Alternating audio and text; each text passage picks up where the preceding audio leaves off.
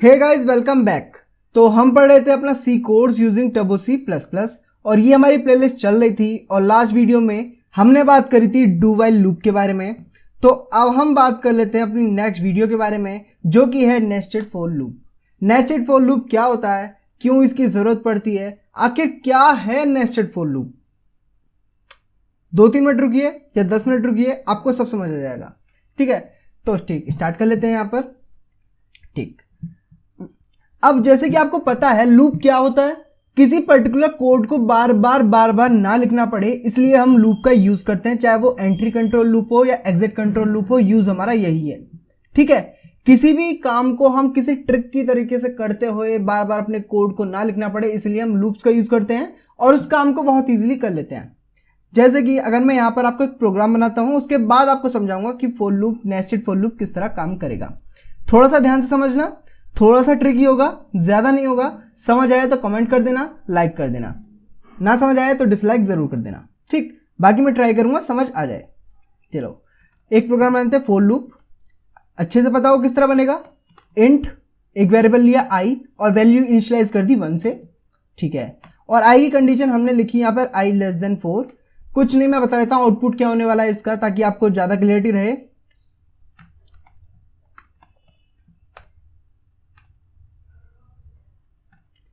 यहां हम लूप से कुछ नहीं करने वाले, 1 2 3 एंड 4 प्रिंट करेंगे। 1 2 3 एंड 4 ये प्रिंट होने वाला है। तो बहुत इजी प्रोग्राम होगा। देखो पहले i प्लस प्लस, ठीक है, और ये स्टार्ट और एंड। ठीक है, अब यहां क्या करेंगे, हमने क्या करा, प्रिंट एफ।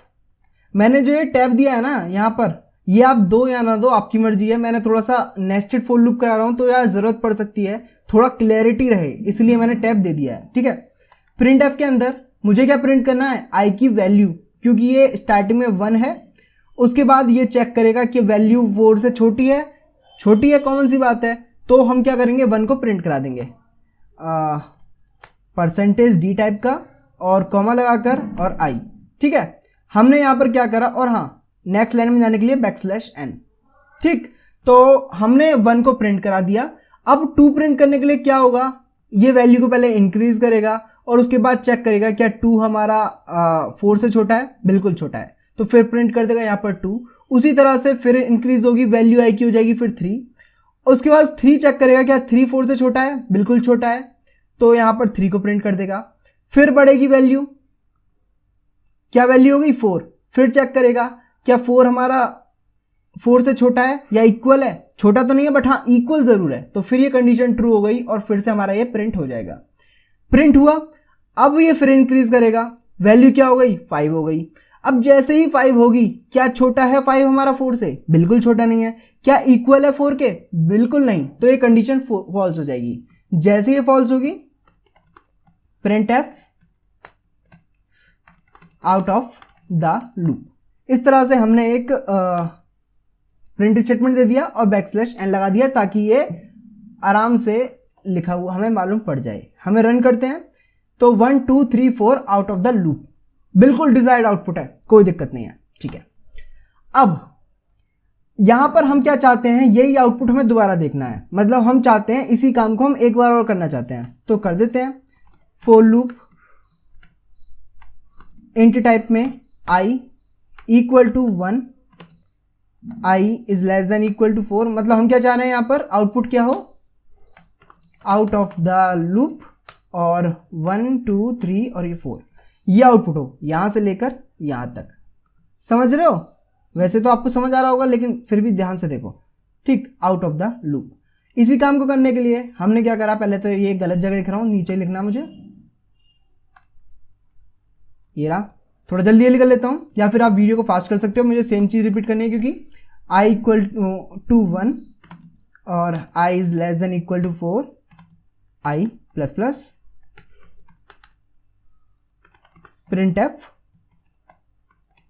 %d \n और कॉमा लगाकर i।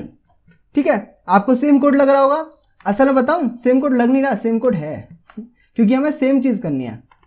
प्रिंट एफ और फिर से क्या, out of the loop. Run करते हैं, एरर आया, पहले एरर देखते हैं क्या है, नॉन डिक्लेरेशन आई। अच्छा 2 बार डिक्लेयर हो गया। तो आपको ये बात भी अच्छे से समझ आ रही होगी कि एक वेरिएबल को हम एक ही बार डिक्लेयर कर सकते हैं, इनिशियलाइज कर सकते हैं। मतलब इनिशियलाइज करने का मतलब वैल्यू बार बार अपडेट कर सकते हैं, बट इंट टाइप का है, ये एक बार बताना है, एक बार में सुन लेता है, ये बार बार बोलने की जरूरत नहीं है। ठीक है, तो हमारा आउटपुट फिर से डिजायर्ड है, कोई दिक्कत नहीं है। बट 4 कहां गया, इक्वल नहीं लगाया क्या, हाँ इक्वल नहीं लगाया, तो लेस देन इक्वल टू 4। अब यहां पर हमने इसे रन किया, जैसे ही रन करा फिर से हमारा आउटपुट बिल्कुल डिजायर्ड है।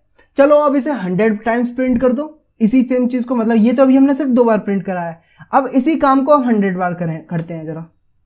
100 बार करने के लिए आउट ऑफ द लूप के बाद में फिर आगे जाएंगे, फिर एंटर प्रेस करेंगे। अभी हमने 2 बार करा है, हमें ये 98 टाइम्स और करना है। पागल हो क्या, सही में करने के बारे में सोच रहे हो, नहीं करना। सबसे पहले हमें क्या करना है, इसी रिपीटेशन को हम कभी नहीं करते हैं, समझे, इसी रिपीटेशन को हम कभी नहीं करते हैं। अब यहां बारी आती है नेस्टेड फॉर लूप की, इसे हटा दो, सेम कोड है, इसे हटा देते हैं इतने वाले कोड को।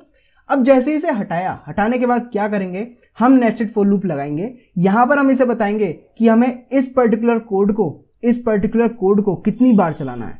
मतलब हमने फॉर लूप कितनी बार चलाया, एक सेकंड, हमने ये लूप चलाकर 1 2 3 4 लाया, ठीक है, लेकिन हमें 1 2 3 4 को भी कई बार लाना है ना। अब जरूरी नहीं है 1 2 3 4 कोई, कई बार कुछ ऐसी चीजें हो सकती हैं जिन्हें हमें कई बार लाना हो, जैसे कि टेबुलर फॉर्मेट के लिए हो या पैटर्न्स हो, उनमें हमें जरूरत पड़ती है। आगे मैं आपको प्रोग्राम कराऊंगा तो उन वीडियोस को भी जरूर देखना अगर इसे देख रहे हो तो, ताकि आपको ज्यादा अच्छे से समझ आए। फिलहाल जो मैं प्रोग्राम करा रहा हूं ये सिर्फ अंडरस्टैंडिंग पर्पसेस के लिए है, ठीक है। ठीक, अब हमें इस पर्टिकुलर कोड को 100 टाइम्स 200 टाइम्स लाना है, तो क्या करेंगे, इसको भी हम लूप के अंदर डाल देंगे 4, और हम यहां पर एक अलग वेरिएबल ले लेंगे, j इक्वल टू 1 टाइम लिख दिया, और j less than equal to कितनी बार हो, फॉर एग्जाम्पल हम चाहते हैं 9 टाइम्स चले, 9 टाइम्स नहीं 10 टाइम्स चलेगा, ये आपको थोड़ा दिखे तो इसलिए अभी हम 2 टाइम्स चलाएंगे, ठीक है। और ये हो गया j plus plus starting portion, और ये हो जाएगा इसके बाद इसका एंडिंग पोर्शन। इसे थोड़ा सा और अच्छा लुक देने के लिए हम क्या करेंगे, टैब और ये टैब, समझ रहे हो।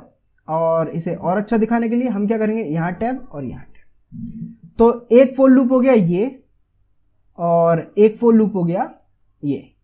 अब लूप्स के अंदर जब लूप्स आते हैं तो उसी को हम कहते हैं नेस्टिंग ऑफ लूप्स, पहली चीज, ठीक।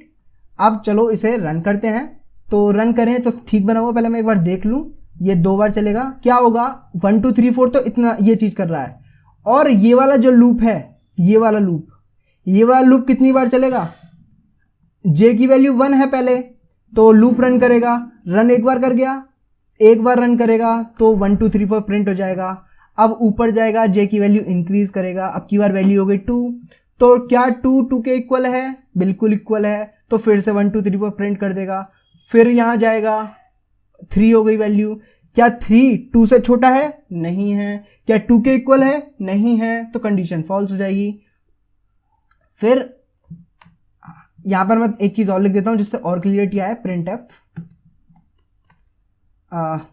ये हो गया out of the loop \n, और ये हो गया आउट ऑफ ऑल लूप्स। मतलब हम सभी लूप से अब लास्ट में बाहर आ जाएंगे जब हमारा प्रोग्राम 2 बार चल जाएगा। मतलब 1 2 3 4 out of the loop, 1 2 3 4 out of the loop of out of all loops, ठीक है। इसे और नीचे रख देते हैं ताकि और अच्छे से दिखे, ये रहा। चलो 2 एरर्स आए हैं, पहले इन एरर्स को देखते हैं। कमांड स्टेटमेंट मिसिंग,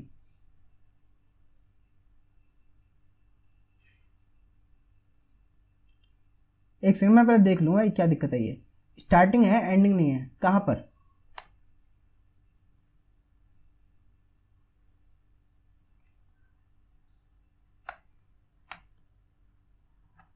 ठीक है, अब ठीक है, वो मैंने वापस खोल दिया था क्लोज करने के बजाय, तो इसका ध्यान रखना थोड़ा सा, ठीक। 1 2 3 4 out of the loop, 1 2 3 4 out of the loop और आउट ऑफ ऑल लूप्स, ठीक है। अब जैसे कि मैंने बोला था, इसी काम को हम 100 बार करना चाहते हैं, तो कैसे करोगे, बोलो बोलो, टेल, तो यहां पर हम इसे कर देंगे 100। ये 100 हम तब कर रहे हैं जब काउंटिंग हमारी 1 से स्टार्ट हो रही है और ये इक्वल तक जा रही है।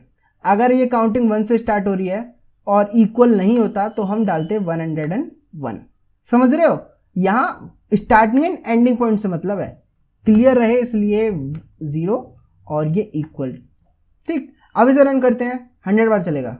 ये ऊपर भी है, 100 बार गया हुआ है। ठीक, आई होप कि आपको समझ आया होगा, कोई दिक्कत नहीं है। नेस्टिंग ऑफ लूप्स यही होता है और कोई दिक्कत नहीं है। बाकी रही बात, अभी आपको जितना समझ आया ठीक है, मैं और प्रोग्राम्स कराऊंगा, पैटर्न्स कराऊंगा, सारी चीजें समझ आएंगी, तो बस बने रहना। और ये प्लेलिस्ट अगर एक्सेस नहीं करिए तो प्लीज यार प्लेलिस्ट एक्सेस कर लो, क्योंकि इतना इजी समझाना हर जगह नहीं हो पाता है। देखो बिल्कुल बेसिक से लेकर चलाऊं ताकि आपको सारी चीजें अच्छे से समझ आए, तो एक्सेस कर लेना। और लाइक कमेंट शेयर बार बार कहना अच्छा नहीं लगता, कर देना, ठीक है ना। बाद में मिलेंगे, बाय।